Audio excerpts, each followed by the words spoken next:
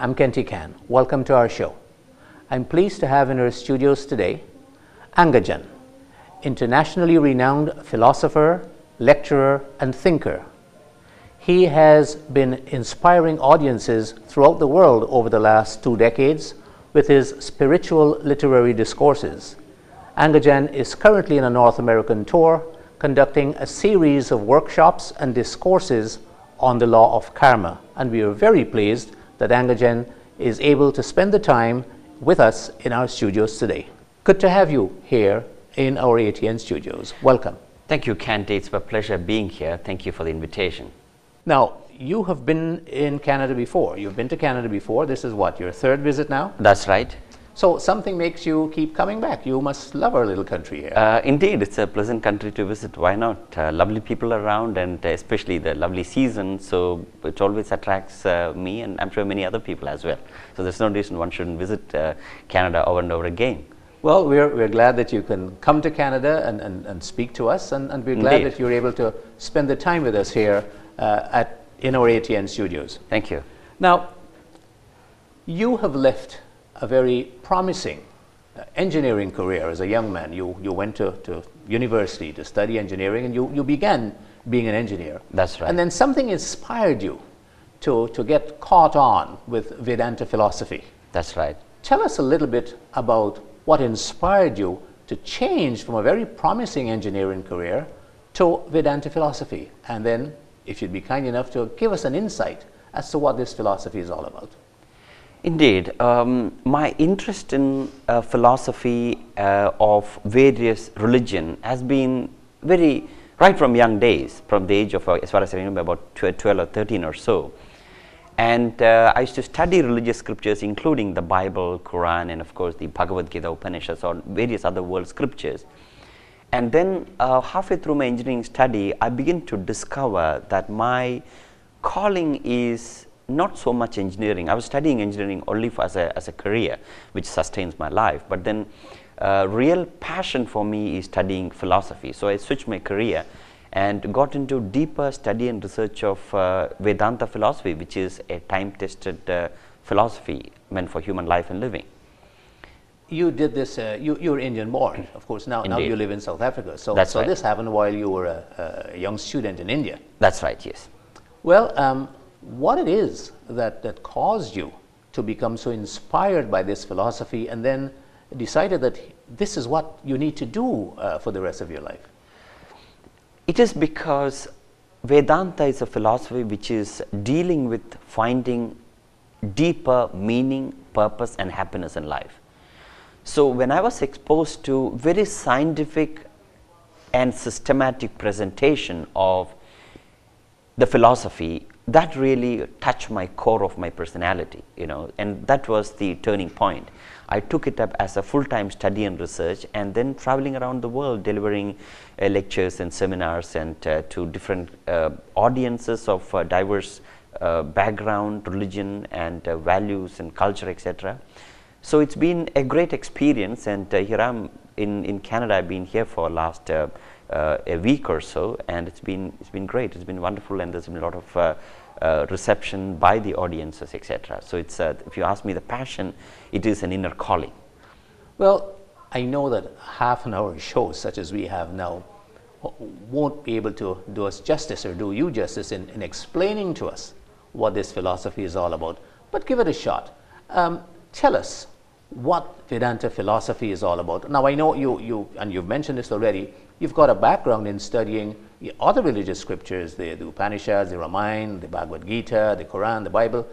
What is Vedanta philosophy, and how relevant is Vedanta philosophy to the current world and to what people have to do to be practical and make a living, as it were? All right.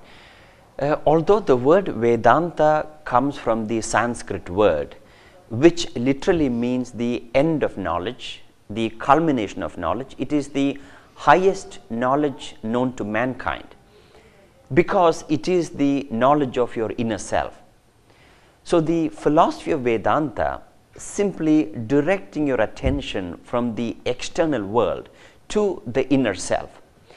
See, if you go back probably hundreds of or thousands of years before, or probably centuries before, you find people were much happier lot, but technologically they weren't very advanced.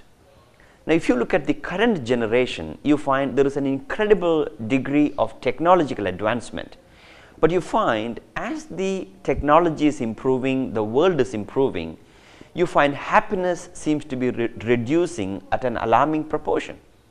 Now, why is that? As the world is improved, the technology is improved, happiness is reducing, stress and stress related diseases increasing all over the world. This is because people losing touch with themselves. They're losing sight of one's own inner self. Today, the technology has developed so much so that we know what's happening on the surface of the moon. In the bargain, we neglected our own inner geographies. So simply put, Vedanta is that body of knowledge, that science, which helps you to keep in touch with your inner self. You can find deeper meaning and purpose and peace and satisfaction. Although the word Vedanta is a Sanskrit word and it is origined in India, the philosophy of Vedanta can be found in the Bible, the Quran, the works of many other Western authors like Shakespeare, Milton, Robert Browning, and all these literatures have got the philosophy of Vedanta. So Vedanta simply means it is the knowledge of life and living. It enables you to find inner satisfaction and external success. Many people believe that if you are a student of philosophy or student of religion for that matter, you need to shun the worldly pleasures, worldly aspirations and ambitions and pursuit of success, etc. But it's not true. Vedanta helps you to find external success and inner happiness. See, what happens is, if you look at the active dynamic world today, you find a strange paradox.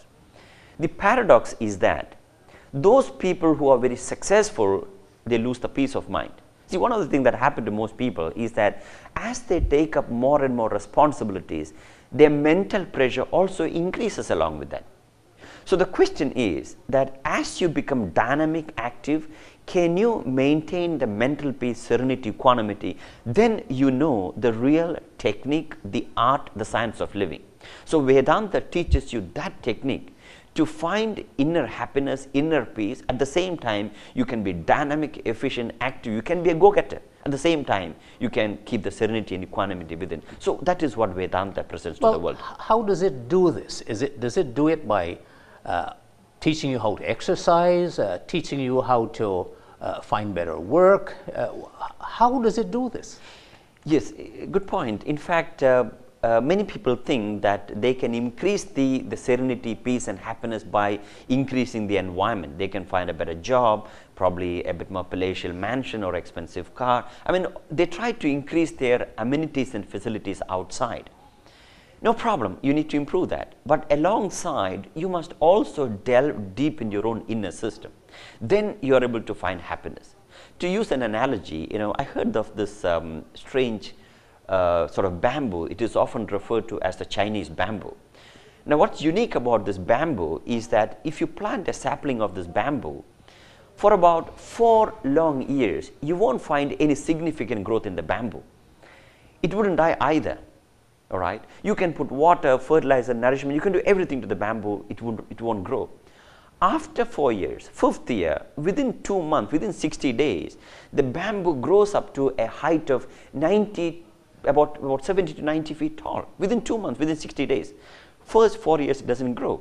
Now that plant sends a message to humanity that before you pursue external success, you got to take an about turn and delve deep in your own inner system and find an inner meaning. In other words, you got to gain a mastery over oneself. So self-mastery is the crux of external success, external management. You cannot be an effective manager or a productive executive unless you primarily know how to manage oneself. So the knowledge of Vedanta, which is contained in all the scriptures like the Bible, the Quran, the Veda, the Dhammapada, the Upanishads, the Bhagavad Gita, etc., gives you that ability to delve deep within and gain a mastery of oneself. And we do this again, I ask, by meditation, by prayer, by self-examination. How do we do this? All these exercises that you mentioned collectively, first of all, self-examination, introspection, and there are other techniques like meditation, and there are many other spiritual courses. For example, the study and reflection of the scripture, that is called the path of knowledge. All right. Then we have the path of meditation, which is of course the highest, last lap of the spiritual journey. Apart from that, there are many other prescriptions in terms of you got to control your senses, you got to control your eating habits, your thinking habits, your feeding habits. And when I say eating habit, it doesn't mean only eating to the mouth. Through various senses we take in, So there are many prescriptions that the scriptures prescribe. We're talking with Angajan, internationally renowned philosopher, lecturer, and thinker. And he's here in North America currently conducting a series of workshops on the law of karma. Now, Angajan, just wanted to ask you this. Is there such a thing as a book on Vedanta philosophy? Or do we have to study a number of books? Is there one such book? And as you answer that, tell me about the discipline that one might acquire or need to acquire in order to study or be a good student of Vedanta philosophy. There are numerous books on Vedanta by many authors and thinkers, etc. What happens is that for one to study the philosophy, one needs to select a book that really inspires him. See, there are numerous, it's an ocean out there, a number of books that are available, all right? Of course, I've written one book called Value System for Success, which gives you... Value Systems for Success. That's right, yeah, that's right. It's based on Vedanta. It is based on Vedanta. It's based on Vedanta, okay. That's one of the book, and I'm recommending that's not because I happen to be the author. In fact, I've sort of researched upon the entire philosophy over 20 years and then produced that book, and there are so many other books. So whichever book that inspires one, one need to pick it up and relate to it, And talking about discipline, today there is a misconception in the minds of people that discipline is painful. Indeed painful, but then pain is only in the initial stages. Talking about pain, there are two types of pains. The two types of pains are the pain of discipline and the pain of regret. The pain of discipline is painful in the beginning, and the pain of regret is painful later.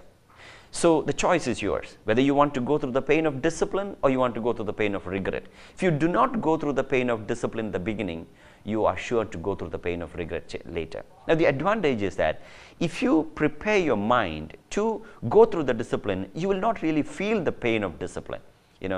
See, in actual fact, the pain is a state of mind. Everybody go through pain, but suffering is optional. Although you may go through pain, you do not suffer. So Vedanta gives you that technique that although we go through pain, everybody, even the happiest person in the world, go through pain, but they do not suffer. So Vedanta gives you that mental disposition, that state of mind, which prepares you that even when you go through pain, you will not suffer. So that's a discipline that Vedanta develops in the minds of followers. Now, let me move on to what brings you to North America, your series of workshops and discourses on the law of karma. What is karma? The word karma literally means action. So the law of karma is the law of action. Now what is law of karma is all about? If you look around the world, you find the world is governed by numerous laws. There are chemical laws, there are biological laws, there are mathematical laws, there are psychological laws, there are philosophical laws. The laws that governs human action, human life is called the law of karma. And every human being need to understand these laws that's governing human life, and one need to adhere to those laws. Are these man-made laws or non-man-made laws? It is not man-made. It is not man-made laws. It is universal laws. When I say universal law, it is applicable to all people at all places at all times. Like? For example, take for example a law of gravity. That is a universal law. Okay. So if you do not follow the law, you are not breaking the law. You are actually breaking yourself against the law. That's one law.